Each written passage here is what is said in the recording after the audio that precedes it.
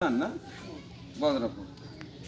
আচ্ছা, আপনার এই চমৎকার উপহার অর্থাৎ লাল সবুজের ঘর, ওই যে ওই পাশটায় টয়লেটটা খুলে, টয়লেটটা, এই যে বাজার ঘাট যা কিছু দেখতেছেন সব কিছু দিছে তোরাজ মিয়া লন্ডন থেকে, তার স্ত্রী আলেয়া বেগমের টাকা।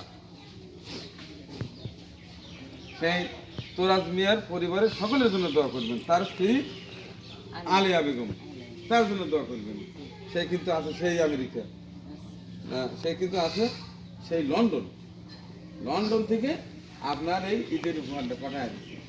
হ্যাঁ, তাহলে তাদের জন্য বলেন আপনি এই কেমন আছিলেন, এখন এই জিনিসগুলো পায়া কেমন লাগতেছে একটু বলেন।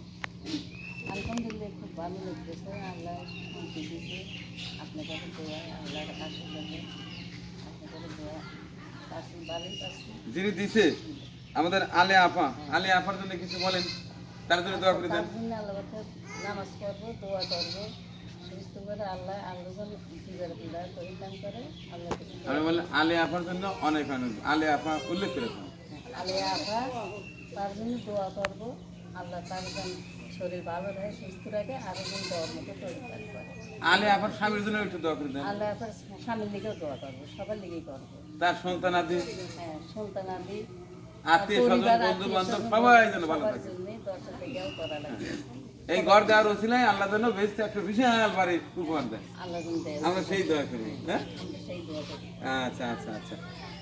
তো একটি লাল সবুজের ঘর, সাথে টয়লেট এবং বাজারঘাট, ঈদ সামগ্রী সব কিছু হয়ে গেছে আলহামদুলিল্লাহ। আমার এই বৃদ্ধা অসহায় মাটি অনেক অনেক খুশি হয়েছে। আর এই অসহায় বৃদ্ধা কোনো মজলুম মা বাবা যদি দোয়া করে, মহান আল্লাহ সেটা ফিরিয়ে দেন না। আর বিশেষ করে এই পবিত্র মাস মাহে রমজান মাস, এই রমজান মাসে আমরা সব সময় বেশি বেশি ভালো কাজ করার চেষ্টা করি। কেন? কারণ 70 গুণ বেশি কিন্তু সওয়াব দিয়ে দেয়।